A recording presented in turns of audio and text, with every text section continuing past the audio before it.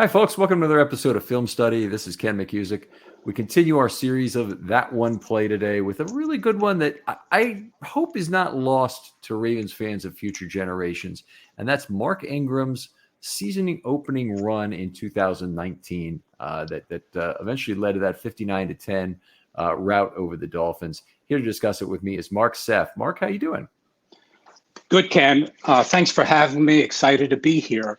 But first, I wanted to shout out to you, let you know I've been a longtime listener of yours of the podcasts, and I particularly patiently wait during the season after every game for your articles and podcasts breaking down and grading the offensive line. I think it's the best in the business, better than PFF. I really appreciate that. PFF's great.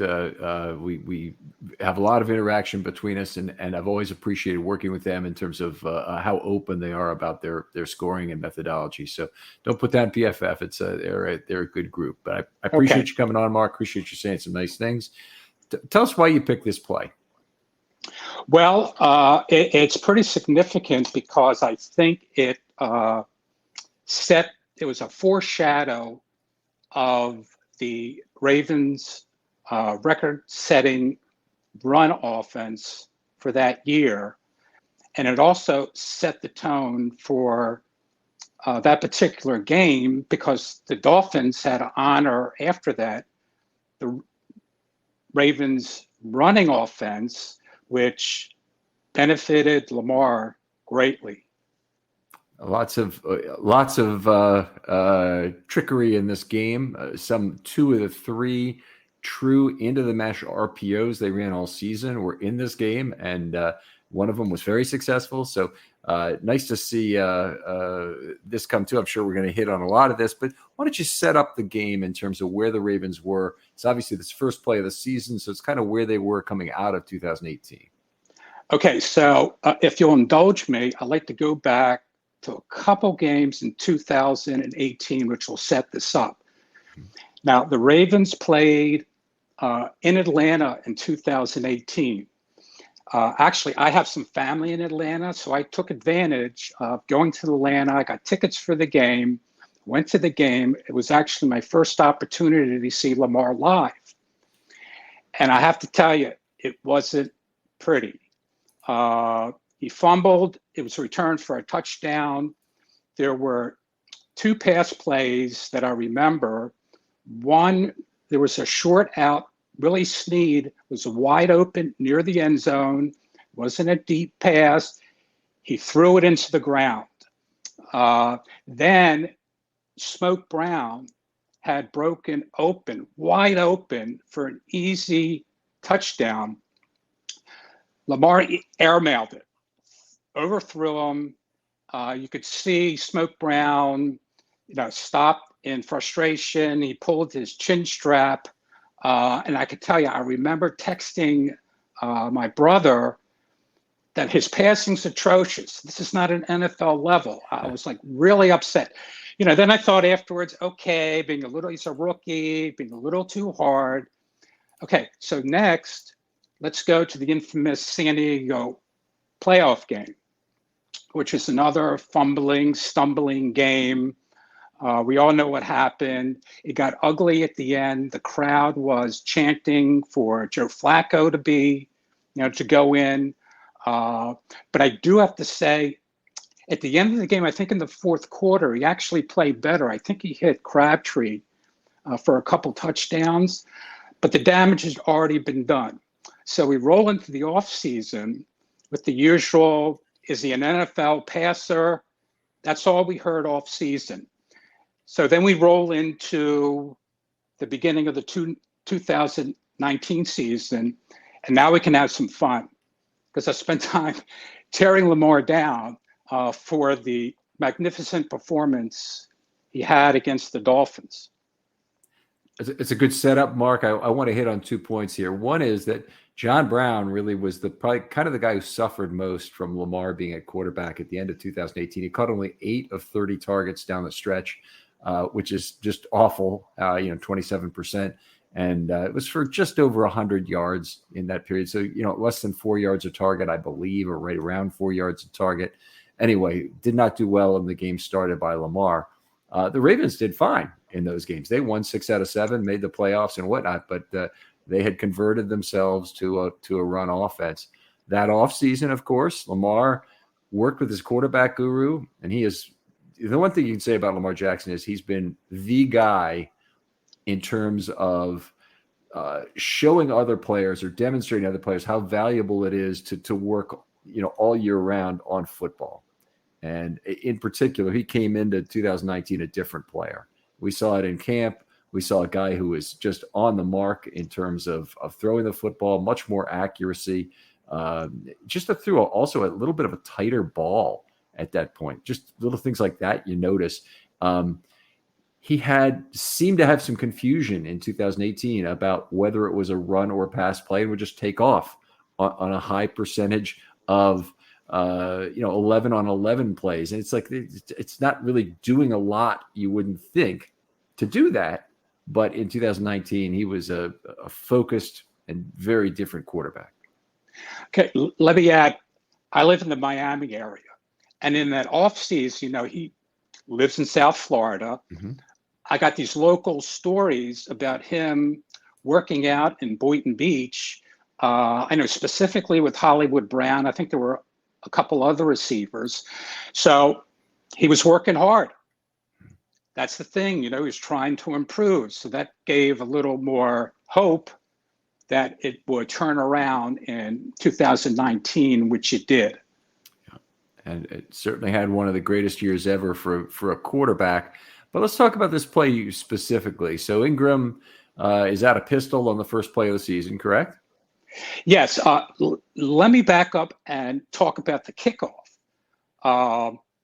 Because Justice Hill muffed it at the 2-yard line. He brought it back to the 11, and the Ravens were in the hole. And that's what set up this play. And in fact, let me add that this game was Lamar's not bad for a running back game. So I'll review the play. Want to do that?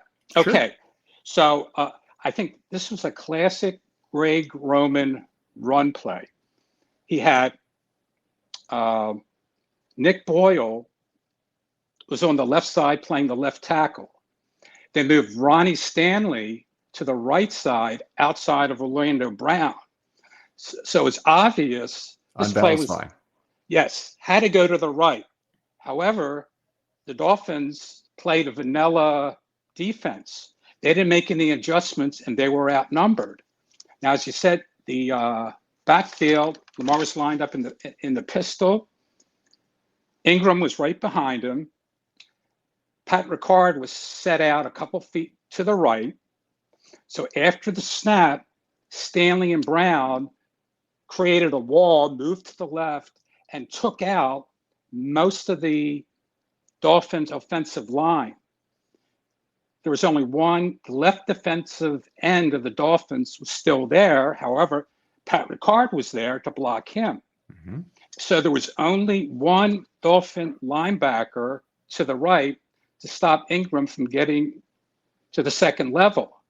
Now, Bradley Bozeman, who was playing left guard, made what I think was the key block. He pulled to the right fast enough to seal the edge. And I will tell you, Vince Lombardi came back to me. It was like you had a seal here with Bozeman, and you had a seal here with Ricard, and it created. Film Study is brought to you by Factor. With the busy fall season just around the corner, you might be looking for wholesome, convenient meals for those jam-packed days. Factor, America's #1 ready-to-eat meal kit, can help you fuel up fast with chef-prepared, dietitian-approved, ready-to-eat meals delivered straight to your door. You'll save time, eat well, and stay on track with your healthy lifestyle. Factor's fresh, never frozen meals are ready in just 2 minutes, so all you have to do is heat and enjoy. Then get back to crushing your goals. Refresh your healthy habits without missing a beat. And with Factor, you can rest assured you're making a sustainable choice. We offset 100% of our delivery emissions, source 100% renewable electricity for our production sites and offices, and feature sustainably sourced seafood in all of our meals. This August, get Factor and enjoy eating well without the hassle. Simply choose your meals and enjoy fresh, flavor-packed meals delivered to your door and ready in just 2 minutes. No prep, no mess. Head to factormeals.com/ravens50 and use code ravens50 to get that 50% off. That's code ravens50 at factormeals.com/ravens50 to get 50% off. That seam for Ingram, which was his first carry for the Ravens in the first game, he burst through that hole and ran to daylight 49 yards to the 40-yard line of the Dolphins. Game on. And that was the beginning. Certainly was a great run, and there was contact, although not very much in level 2. Yes, that he ran through, which was good. They needed that. There's 2 things I'm trying to remember about this. Bozeman's block on the pull, was it a kick out or a seal? Did he go back towards the inside or did he kick out to the outside? I think he kicked out to the outside, but that's getting a little technical for me. Yeah. All I know, I was at the game. I saw him rear up, pull to the outside and just take out that linebacker. Okay. So that was question number 2. Question number 1. The second point was it a mesh point handoff such that Lamar was waiting a little bit before he let it go to Ingram? Now, I don't think so. I think it was a straight handoff. It was set up beautifully, and he wanted to get it into Ingram's hands as quickly as possible, and it worked beautifully. Now, can I add, I was at that game. So I saw Lamar the first time in Atlanta live. This is the second time I got to see him live. So, residing in Miami, obviously I don't get to too many live games. Mm-hmm. The crowd at the beginning of the play, of course, they're excited. It's the opening play. The noise was deafening. After that play, you could hear a pin drop. So that play also took the crowd out of the game for the whole game. In fact, it got ugly. At some point, the crowd started booing the Dolphins. And I heard some things, around me that I wouldn't want to repeat in the air. This is Dolphin fans saying about the Dolphins. It got pretty ugly for them. Sure. Well, that was a difficult game for them. And honestly, that Dolphin team didn't end up being all that terrible. They didn't have a good record at the end of the year, but they came back after a pretty miserable start. The one thing I remember about that game later, I remember lots of things about that game, but one of the things I remember about that game later was their coach calling some timeouts at the end of the game. You preempted me because I was. Go ahead. Tell us. Okay. All right. It was at the end, in the fourth quarter, towards the end. It might have been before the last touchdown pass to Andrews. Or there was another drive. Got to remember, it's a 1:00 September game in Miami. On the field, it had to be broiling. Game's over, and all of a sudden, there's a Dolphin timeout. Well, I'm really ticked. So, I'm thinking, why would he do this? You think he'd want to get off the field as soon as possible. So I think there were a couple times out, and I will tell you, I read locally that Brian Flores, the coach, it was his first game. He was ticked off that he thought, RG3 was in the game by then and still throwing the ball. He was just ticked off. They were running it up, and that was his way of punishing the Ravens. And I have to say it was a pretty low-class move to do that. I think he's punishing his own team more than he's punishing his own team. His own team. Let's go back because we're getting low on time here, but I want to go back to a couple things earlier about this game. One is that we did see some frequent use of the mesh point. Something we did not see from Lamar Jackson in 2019 was coming out of the mesh and throwing a pass. There were only 3 times the entire season he did it. Twice in week 1, and the other was in week 4 or 5 against either the Steelers or Browns in a game. But in the Miami game, I believe he threw the 80-some yard pass to Hollywood came out of the mesh, and then I think there was another 23-yard pass to either Andrews or Boyle he threw that was also came out of the mesh. So this was the week of getting it done. Yeah, those were 2 plays I wanted to discuss with you, if you don't mind. Do we have time? Sure. Okay, so first, that 83-yard pass to Hollywood, the setup was the Ravens were on the 17-yard line. It was a 3rd and 3. So Lamar takes the ball back and gives a subtle little fake. I thought it was going to be a short pass to get the first down. He stands in the pocket for what seems like an eternity, confident as can be. He flicks the ball downfield. I'm watching this soaring, beautiful pass, and it falls perfectly into Hollywood's arms. And I think it was Minkah Fitzpatrick was still with the Dolphins. Yes, he had good coverage, but it was a perfect pass. And Hollywood, broke the tackle and scampered into the end zone. I will tell you, it was like, I have to say this, it was like the spirit of Johnny Unitas came down and entered Lamar's body, because he was standing there with such poise and confidence as compared to what I saw in Atlanta.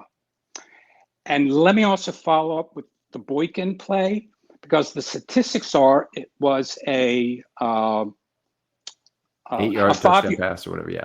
No, to Boykin, it was a 5-yard touchdown pass. But the reality was there was a free running blitzer the Dolphins sent. Mm-hmm. Lamar had to scamper back. He's running past the 20-yard line. Off his back foot, he flings the ball perfectly to Boykin at the end of the end zone. And Boykin made a good play. He broke free. So the ball had to travel 30 yards for a 5-yard touchdown pass. It might have been Boykin's best play as a Raven. It was certainly one of the good ones. But what I recall about that play for Boykin was that Lamar read it very well. There were 2 guys covering Boykin, one of whom I believe may have been Fitzpatrick again. And both of them had their back turned to Lamar. And he said, throw it now, because the defender has much less of a chance to pick the ball up if they're not seeing it come out of the quarterback's hands. And he did, and he threw it to an open spot in the end zone. Boykin got there and made the play. But back eyes is exactly what you're looking for in terms of the slot machine payoff to have that play be open. That was a great one. That's all we have time for in terms of plays from this game. But what a wonderful game that was in terms of just setting the season off on the right tone. And it was a great, relaxing, wonderful experience. Ken, if I may, I'd like to give a shout out to my brothers Richard and Norm, mm-hmm. Who are great Ravens fans, and my son Jared, who came in from Atlanta to go to that game with me, and also to the Aventura North Miami Beach Lions Club. It's a charitable organization I belong to, and we do a lot of great work in the Miami area. All right. Outstanding, Mark. Appreciate that. Appreciate your plugs there. Lamar Jackson's perfect passer rating that day was one of the few that have occurred in NFL history, and was just outstanding in terms of every aspect, and definitely had turned us around on Lamar the passer. Other folks out there, if you'd like to do what Mark did and come on and do a That One Play episode, please hit me up with a DM on Twitter. They're always open. Love to hear your other thoughts for off-season activity, off-season content. I'll get back to you real quick, and DMs are always open. Mark, thanks again for coming on. It's been a blast. Thanks for having me. We'll talk to you next time on Film Study.